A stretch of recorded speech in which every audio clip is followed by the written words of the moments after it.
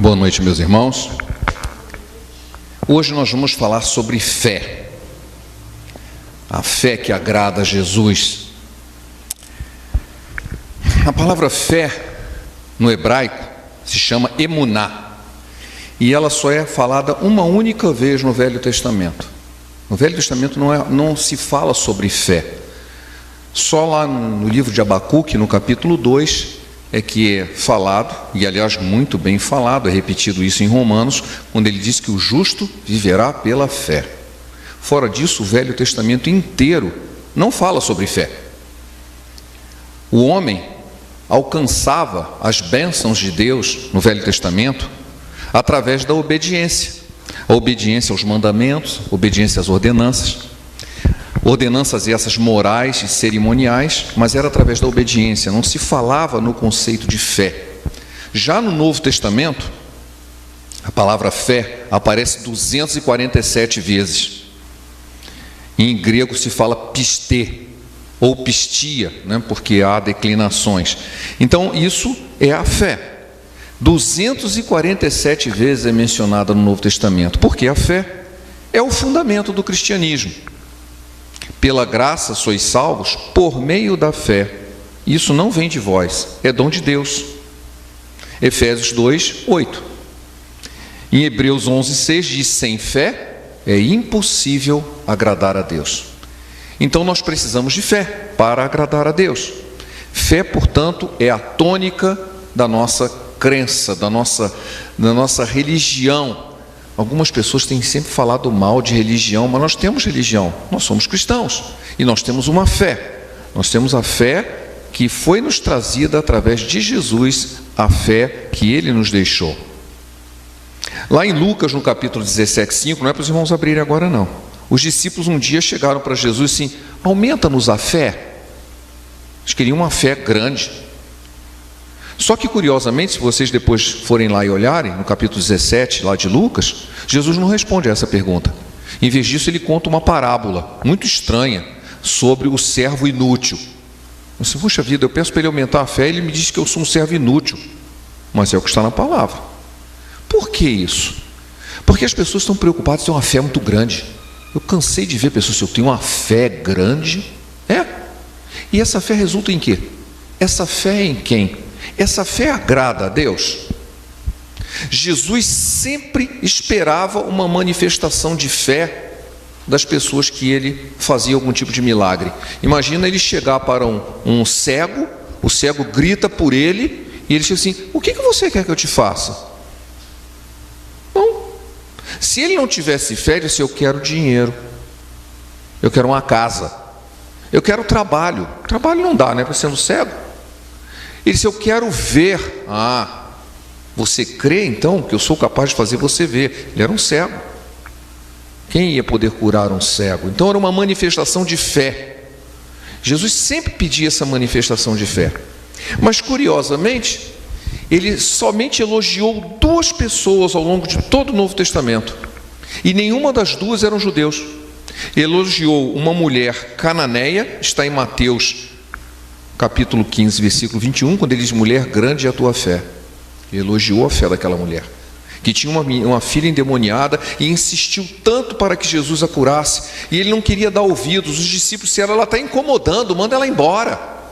E ele disse: olha, eu não vim para estrangeiros, eu vim primeiro para a casa de Israel. Isso é equivalente a jogar o pão para os cachorrinhos. Não, mas migalha? Não, mas eu aceito migalha mesmo. Grande é a sua fé.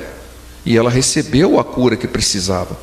E um outro centurião romano também recebeu um elogio especial de Jesus, quando ele disse: nem mesmo em Israel achei fé como essa. Então esse foi um grande elogio, o melhor deles. Não houve ainda em Israel uma fé quanto a desse homem. Quem é ele? Vamos abrir as nossas Bíblias agora sim. Mateus, no capítulo 8, versículos de 5 a 13. Mateus capítulo 8, versículos de 5 a 13.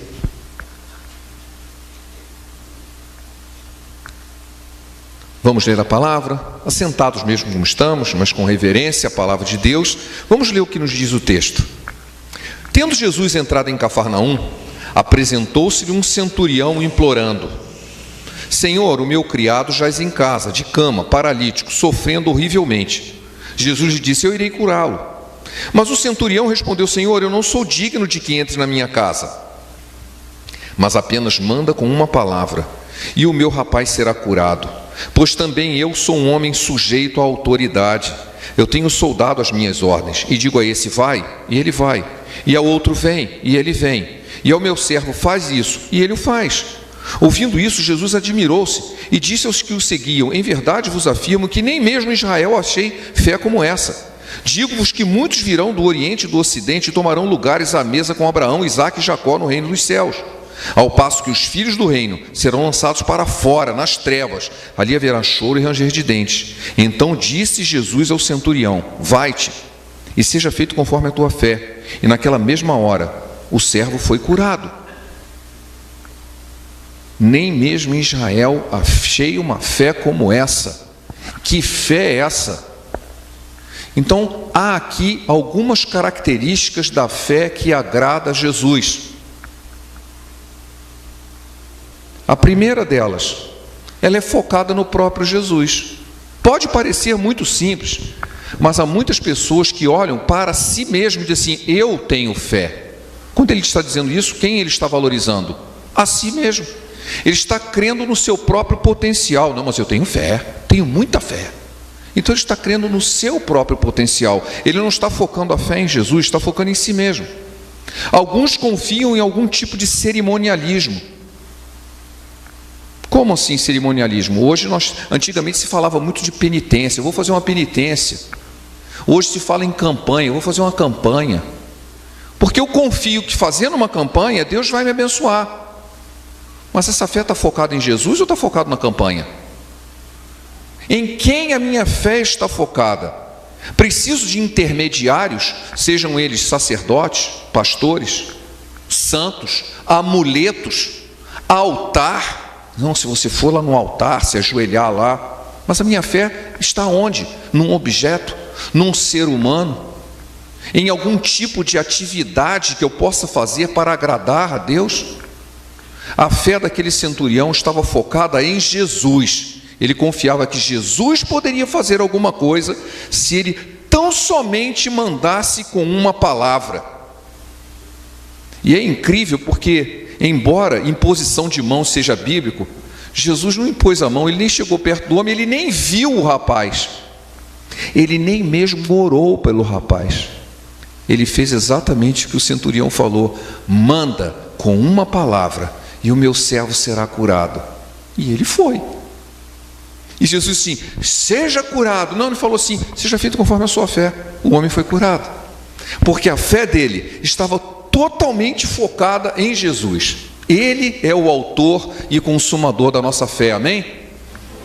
Ele reconheceu em Jesus a autoridade. Então o segundo ponto da fé que agrada a Jesus é reconhecer a autoridade do Senhor. É interessante porque quando o homem, veja, eu vou ler de novo, versículo 9: pois eu também sou um homem sujeito à autoridade. Ele não diz assim: eu tenho autoridade, por isso que eu sei o que é autoridade. Não, eu estou sujeito à autoridade. Eu tenho um homem sobre minhas ordens. Ele não se gabou disso. Ele disse: eu sei exatamente o que é autoridade. Não porque eu seja uma autoridade, mas eu conheço o processo de autoridade. Eu falo para o meu servo: faz isso, ele faz. Reconheço a tua autoridade, que o Senhor mandar com uma palavra, o meu servo será curado. Então ele reconheceu em Jesus uma grande autoridade, uma autoridade muito especial, porque podia mandar curar. Só mandando: fique curado. E ele ficou. Quando muitas vezes a gente aprende assim: não, você precisa orar com fé, você tem que determinar o que você quer. Determinar? Será que é a ênfase das minhas palavras que muda isso? Ou é a confiança na autoridade do Senhor? Quando eu determino alguma coisa, isso é um atrevimento. Eu não posso determinar nada para Deus. É falta de humildade também, nós vamos ver isso mais adiante. Eu não quero aceitar a autoridade divina sobre a minha vida, e esse aqui é um ponto importante. Ah, não, eu reconheço a autoridade de Jesus. Ele tem autoridade para curar. Mas se eu reconheço a autoridade dele para curar, primeiro eu tinha que reconhecer a autoridade dele sobre a minha vida. Senão ele é autoridade para cura, para a minha vida não. Como pode ser isso? Como pode haver uma incoerência entre eu entender que existe um poder em Deus para curar, mas ele não tem poder sobre a minha vida? Isso é incoerência. Eu reconheço a autoridade, porque a autoridade dele primeiro começa em mim. É interessante porque nós queremos que Deus nos abençoe segundo os nossos termos. Eu quero que Deus me abençoe. Claro, quem não quer? Eu também quero que Deus me abençoe. Mas eu peço a Ele para abençoar como? Porque o que a palavra de Deus nos ensina é que nós devemos levar a Deus os nossos problemas. E eu não levo? Normalmente a gente leva junto com a solução. Senhor, eu tenho esse problema, mas eu espero que o Senhor faça desse jeito. Então a gente já diz para Deus como a gente quer que Ele faça as coisas. Ora, nós estamos esperando que Ele faça do jeito nosso. Reconhecer a autoridade de Deus é dizer assim, faça do seu jeito. Você sabe como é melhor. Eu não sei. Eu posso até ter uma sugestão, mas é minha, é falha. Eu tenho que entregar a Deus os meus problemas, não as soluções cabem a Ele. Isso é reconhecer a autoridade dEle. Senhor, aqui está o problema. Eu espero de Ti a solução, nos seus termos e não nos meus. E isso é reconhecer a autoridade de Deus sobre as nossas vidas. Se nós esperamos as bênçãos do Senhor e não aceitamos a autoridade dele em nossas vidas, isso não vai dar certo. Eu anotei aqui uma frase de um pastor chamado Alejandro Buyon. Nem me lembro mais de onde eu anotei isso, mas ainda bem que eu deixei anotado. Relativismo de um Deus energia que não espera nada e nos dá salvo-conduto para o caminho que a criatura deseja seguir. Então é um Deus energia, ele não tem personalidade, ele não espera nada de mim. Eu vou levar a ele uma decisão que eu já tomei do caminho que eu escolhi. Senhor, agora abençoa o caminho que eu mesmo escolhi. É muito estranho isso. Esse não é o Deus da Bíblia, esse não é o nosso Deus. Lembrem-se da oração de Samuel. Fala, Senhor, que o teu servo escuta. A gente sempre faz o contrário. Escuta, Senhor, o que o teu servo fala. Pior, tem gente que diz assim, escuta, Senhor, o que o teu servo manda. Nós não podemos mandar em Deus. Aquele homem, este centurião, ele reconheceu a autoridade de Jesus e o fez isso em humildade. E o terceiro ponto é, eu preciso ter humildade. Ele disse, eu não sou digno que você entre na minha casa. Você não precisa nem ir lá. Você tem autoridade para fazer isso de longe. E você nem precisa vir à minha casa. Eu não sou digno. Mas é estranho ele dizer isso, sabe por quê? Se vocês lerem o mesmo texto, que esse episódio não está só descrito no Evangelho de Mateus, está descrito também no Evangelho de Lucas, no capítulo 17. E se você for lá no capítulo 17 de Lucas e ler isso, o povo testemunhava que aquele centurião era um ótimo cara. Ele disse, não, ele é uma pessoa muito boa, ele nos edificou a sinagoga, ele ajuda o povo. Todo mundo, os anciãos, as autoridades da cidade, foram lá e disseram, esse homem, ele é digno. Mas ele mesmo não se achava digno. Senhor, eu não sou digno, o Senhor entra na minha casa. Ele podia ter dito assim, Senhor, está vendo? Todo mundo está falando bem de mim, eu sou um cara legal, eu mereço. Ele não falou nada disso. Senhor, eu não sou digno que o Senhor entre na minha casa. Ele falou em humildade. Ele teve humildade de chegar na presença do Senhor e depender de Deus. Depender da decisão do Senhor. Depender dele. Jesus contou uma parábola em que 2 homens foram orar no templo. Um deles chegou e disse, obrigado, Senhor, obrigado porque eu sou um cara legal, eu faço tudo direitinho, eu dou o dízimo, eu me comporto como todas as regras religiosas mandam, e eu não sou como esse cara que está aqui do meu lado rezando, não, ele é pecador, ele nem devia estar aqui. O outro chega assim, olha, Senhor, eu não sou digno, se é propício a mim que eu sou um pecador. Jesus disse, olha, esse que se portou com humildade, que reconheceu quem ele realmente era e reconhecia que não tinha méritos diante de Deus, foi justificado. Jesus não disse ele foi ouvido, porque ouvido todos nós somos. Alguém tem dúvida disso? Que Deus, sendo onisciente, ele ouve a todos? Ele foi ouvido, ele foi justificado, o que é bem diferente, porque ele se chegou na presença de Deus em humildade. O centurião, ele não declarou nada, ele não reivindicou nada, ele não determinou nada, ele não esperou nenhuma restituição, restitui o que é meu. Ele dependeu do Senhor.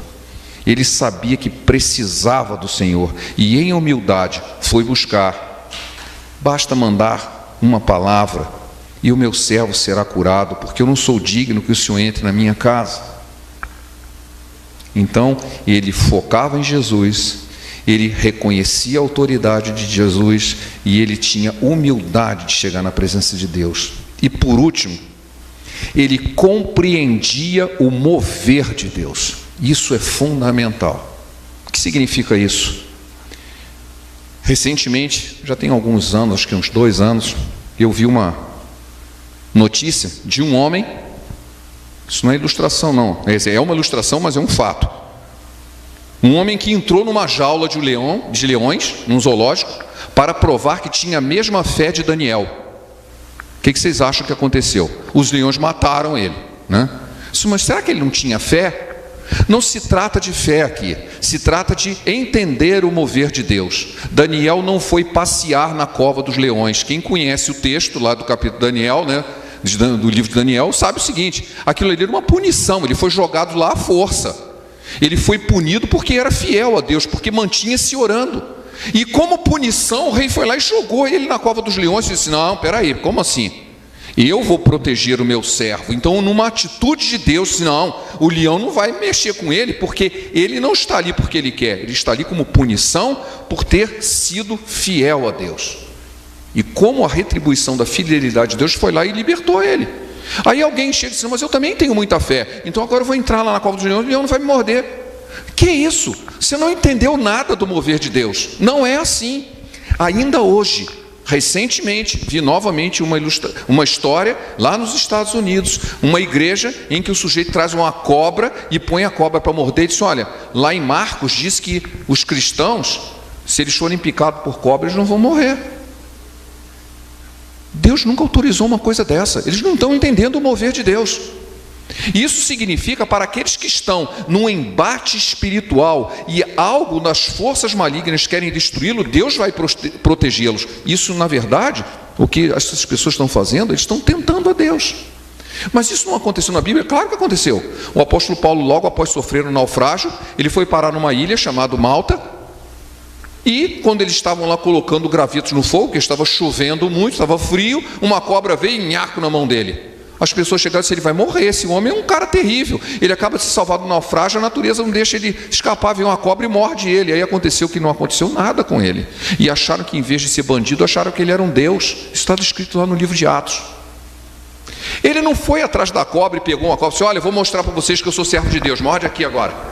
Ele nem sabia que a cobra estava ali, mas aquilo foi um sinal de Deus, que ele estava sendo protegido.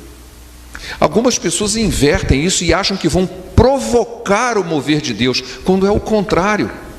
Nós temos que entender esse mover de Deus e saber como e quando Deus vai agir, do jeito dele. Eu não posso tentar a Deus como essas pessoas estão fazendo. Nós temos uma outra passagem bíblica lá no capítulo 3 de Daniel, em que 3 amigos dele foram obrigados a chegarem na presença do rei. É uma situação bastante constrangedora. Havia sido feita uma estátua em que foi ordenado que todo mundo adorasse a estátua e se ajoelhasse diante da estátua. E eles não obedeceram. Eu disse: eu não vou fazer isso, a minha lei diz que isso aí é idolatria. Eu só adoro um único Deus. Aí foram lá e fizeram fofoca deles para o rei. Disse: olha, tem uns caras aí que... Eles não estavam preocupados se eles estavam adorando ou não a Deus, estavam aproveitando a oportunidade para tirar eles do caminho, porque tinham inveja. O rei ficou furioso, chamou eles: só vou dar uma chance para você, está vendo? Tem um buraco ali cheio de fogo, um buracão, está cheio de fogo, e tem a estátua ali. Eu quero que vocês se ajoelhem agora diante da estátua, te dou essa chance. Se você não quiser, buraco de fogo para vocês. E ele faz um desafio: que Deus você acha que pode te livrar das minhas mãos? Não pode. Segundo a visão do rei, não há Deus que possa impedir a ação humana. Ou você adora, ou vai para o buraco de fogo. E a resposta deles, meus irmãos, é tremenda. Porque eles disseram assim: não, nós vamos orar e Deus vai nos libertar. Eles não falaram nada disso. Eles disseram o seguinte: olha, o nosso Deus pode. Só que se ele não fizer, fique sabendo que nós não vamos adorar essa estátua.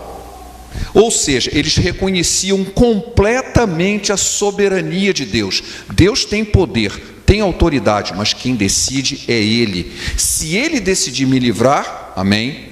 Se Ele não decidir, eu vou fazer aquilo que me compete, aquilo que Deus me mandou fazer, eu vou fazer. Eu não vou adorar essa estátua.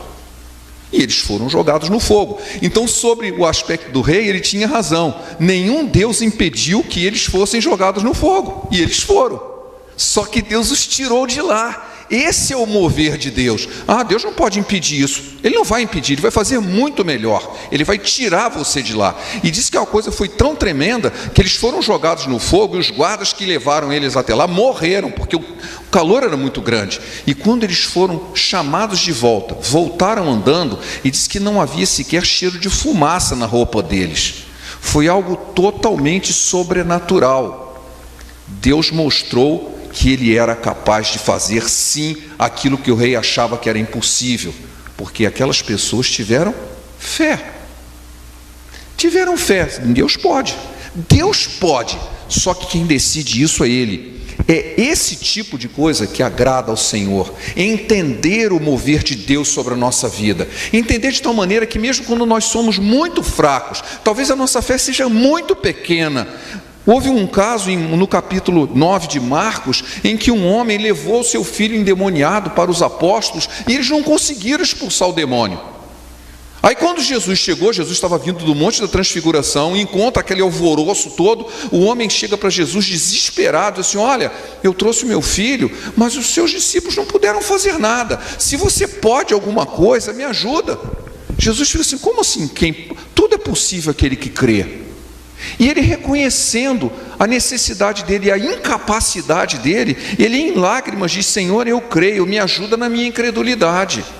Ou seja, se a minha fé é tão pequena que não resolve, eu até nisso preciso de Ti, que o Senhor acrescente fé, porque a minha não é suficiente. Ele foi tão humilde na presença: Senhor, olha, eu preciso, se é fé, nem isso eu tenho, eu preciso que o Senhor me ajude até nisso. E Jesus foi lá e libertou aquela criança. Porque aquele homem não teve medo de encarar as suas próprias deficiências. Ele não bateu no peito e disse: a minha fé, eu vou chamar alguém que tenha fé. Não, ele focou em Jesus e disse: olha, até para isso eu preciso da tua ajuda, para acrescentar a minha fé. Se ela é pequena, tão pequena que eu não consigo, bênção, até nisso eu preciso de ti. E ele foi abençoado, porque a fé que agrada a Jesus tem essas 4 características. Ela foca em Jesus, ela é humilde, ela reconhece a autoridade do Senhor e ela entende o mover de Deus, a hora certa, o jeito certo que Deus vai agir, o tempo de Deus. Algumas pessoas gostam de falar em hebraico, né? O kairos, o tempo de Deus, o tempo em que Deus age, o tempo em que Deus fala, o tempo que Deus vai chegar assim: agora você vai ver que eu sou Deus e sou fiel. Deus é fiel e Ele vai agir. Mas há uma coisa, nós sempre falamos por fé, não é questão da fé ser grande. A fé que agradou a Jesus, a fé daquele centurião, era exatamente com essas características aqui. Ele entendia da autoridade, ele sabia como era o mover de Deus, e ele o fez numa total humildade. Manda com uma palavra e o meu servo será curado. Que bênção! Senhor, manda com uma palavra e o meu servo será curado. Essa é a fé que agrada a Jesus, porque todo aquele que é nascido de Deus vence o mundo, e essa é a vitória que vence o mundo, a nossa fé. Amém? Vamos orar? Obrigado, Pai, pela Tua palavra. Obrigado porque nós ouvimos de Ti e certamente o nosso coração esteve aberto ao que o Teu Espírito falasse conosco. Ajuda-nos, Senhor, a entender e nos apropriarmos da verdade que foram ditas aqui, ainda que imperfeitas, pois foram ditas por voz humana, mas que o Teu Espírito possa interpretar a cada coração. Fala conosco, Senhor, e que saiamos daqui mais parecidos com Jesus quando entramos. É o que te pedimos em nome dEle. Amém.